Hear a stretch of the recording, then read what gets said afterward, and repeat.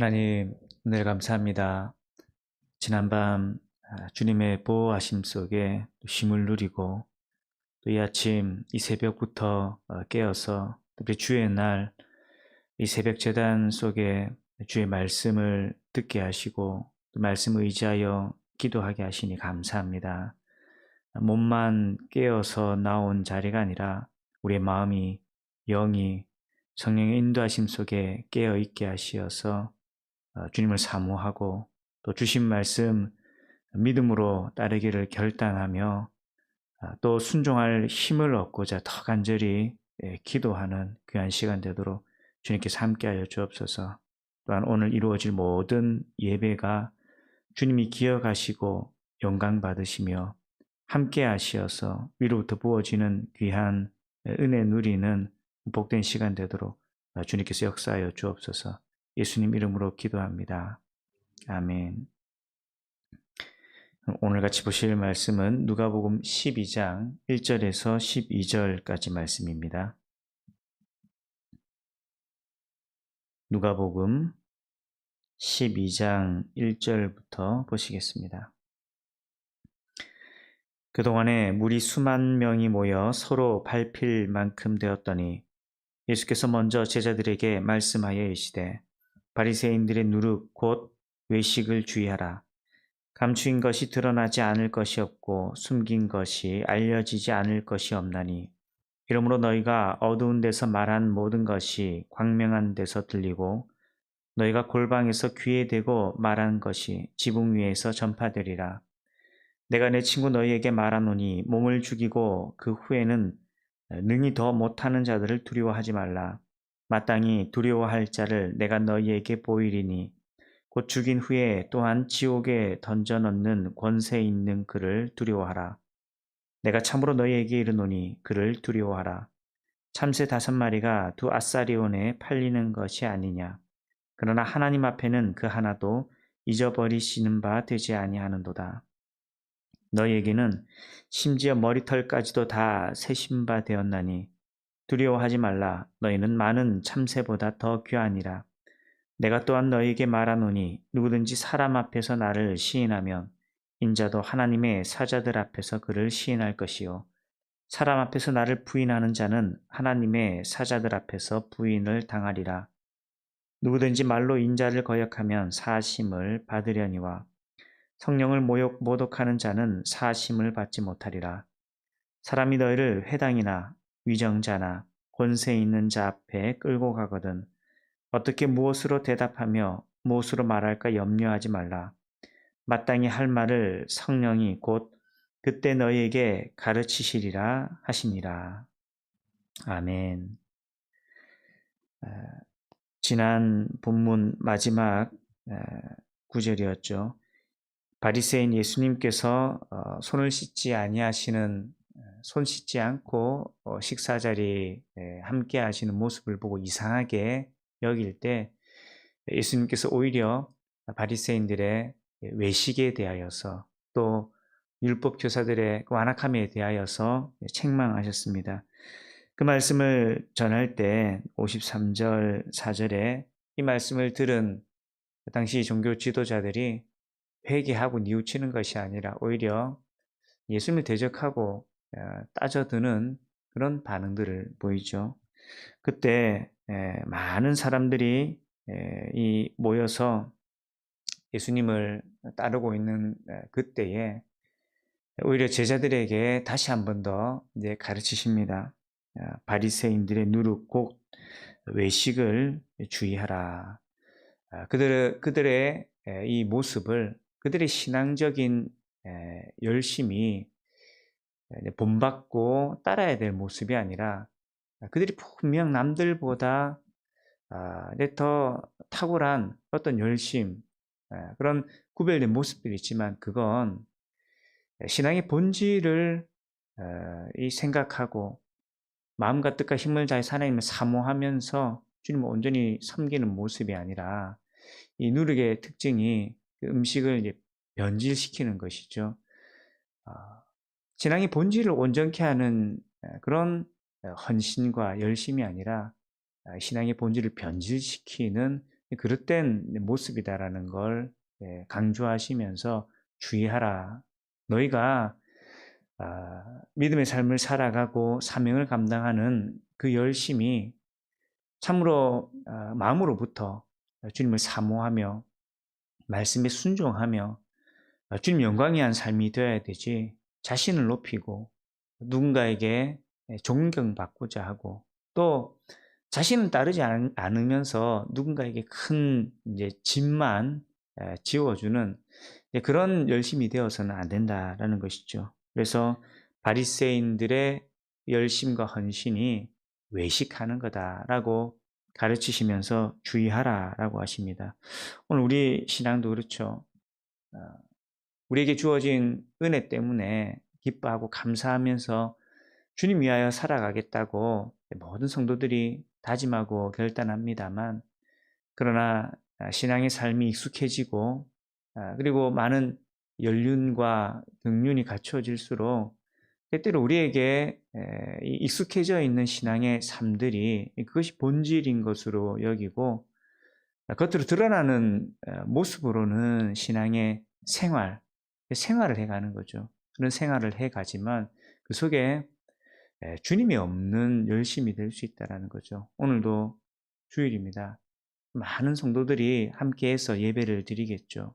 그런데 모든 사람들의 예배가 다 하나님께 드려지는 예배가 되지는 않는다라는 겁니다.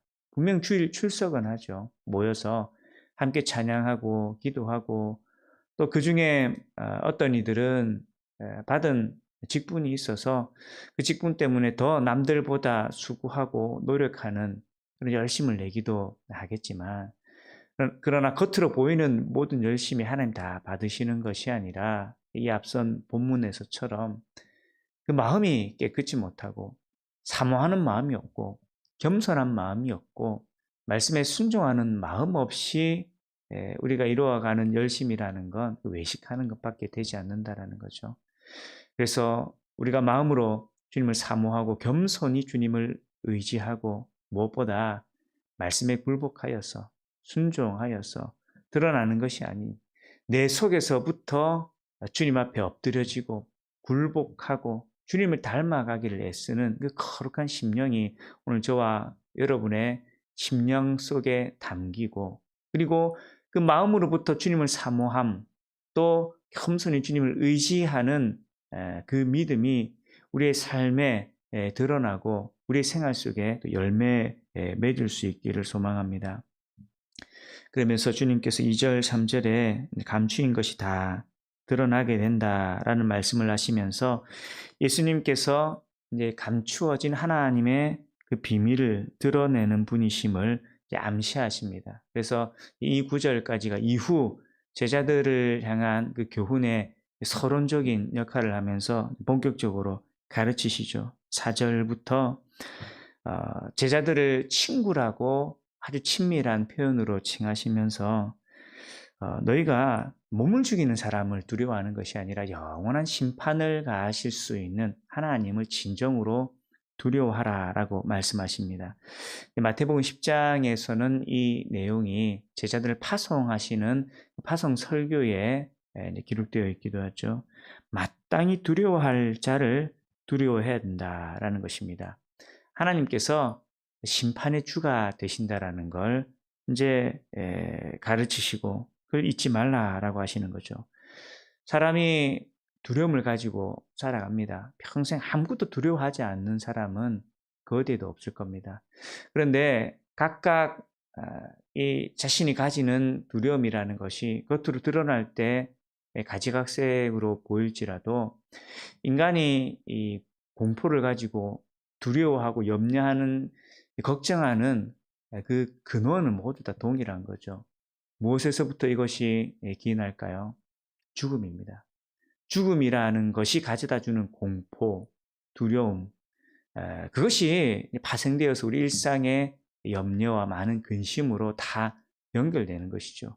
인간이 가지고 있는 이 죽음이라는 한계 때문에 결국 인간은 불안해하고 염려하고 두려워하는 것이죠. 그런데 이 죽음에 대한 반응이 육신적으로만 살아가는 인생과 영이 깨어 살아가는 자의 반응이 다르다라는 거죠. 그래서 육신만 가지고 살아가는 인생은 육신이 전부기 때문에 몸이 죽는 것이 가장 두렵죠. 그래서 이 땅에서의 삶을 전부다라고 생각하고 그 삶 속에 내가 죽을 인생 되는가, 그렇지 않은 인생이 되는가. 근데 그것에 이 마음을 다 쏟고 반응하게 된다라는 거죠. 그러나 자신이 영적인 존재다라는 걸 아는 인생은 육신의 죽음이 전혀 두렵지 않다라고 말할 수는 없겠지만 그것보다 분명 더 두려운 게 있는 거죠. 영원한 죽음이 우리에게 있다라는 것을 알기 때문에 이 육신의 죽음보다도 나에게 영원한 죽음을 가져다 줄 수 있는 하나님의 주권과 권능 앞에 자신을 더 낮추고 하나님을 두려워함으로 떨므로 섬기는 자가 되는 거죠. 하나님을 경외하는 인생이 된다라는 겁니다. 오늘 우리도요, 여러 가지 염려, 걱정, 우리의 일상 속에 두려워할 일들이 없지 않습니다.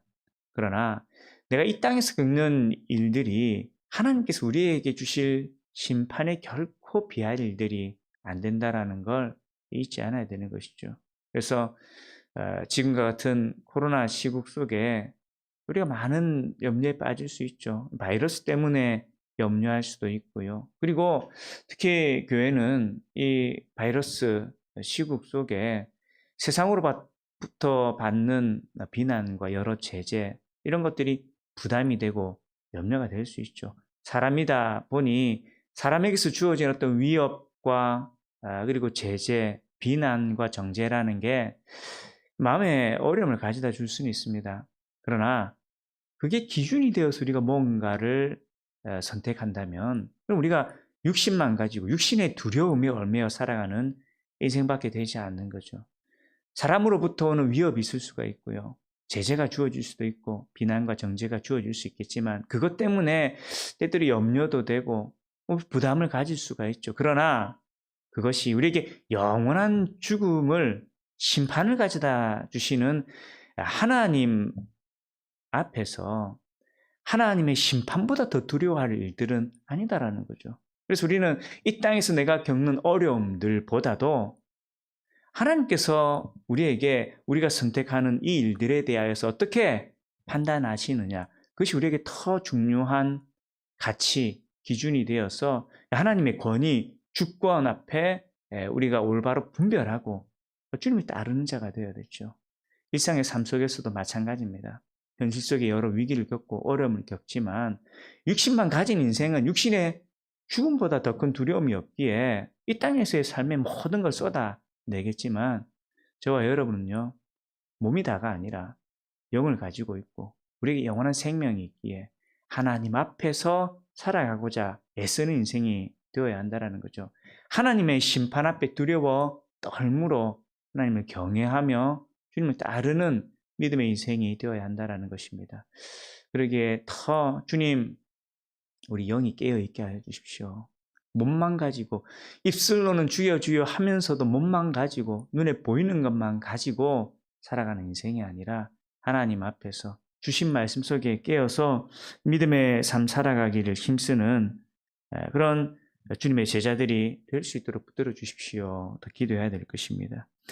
불신앙과 불순종의 삶을 살아갈 때 우리에게 더 큰 위기가 주어진다라는 거죠. 심판이 주어진다라는 것 때문에 우리가 주님을 경외하며 섬기되 그러나 겸손함으로 주님을 의지하고 말씀 순종하면서 주님을 따르는 인생은요, 육신의 삶에 많은 위기가 주어지고 오히려 더 믿음으로 살아가는 것 때문에 손해보는 것처럼 여겨질 수도 있겠지만 그 인생은 하나님 책임져 주신다라고 예수님께서 가르치시는 거죠. 이게 중요한 거죠.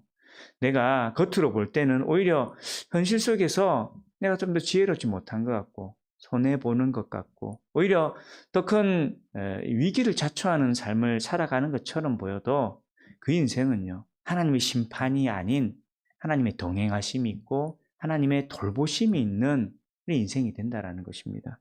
그래서 6절부터 이 참새를 비유하시면서 그 실에 아주 값어치 없는 이 미천한 이 생물도 하나님께서 돌보시는데 이보다 더 귀한 하나님의 자녀들을 하나님께서 돌보시지 않으시겠냐라는 거죠.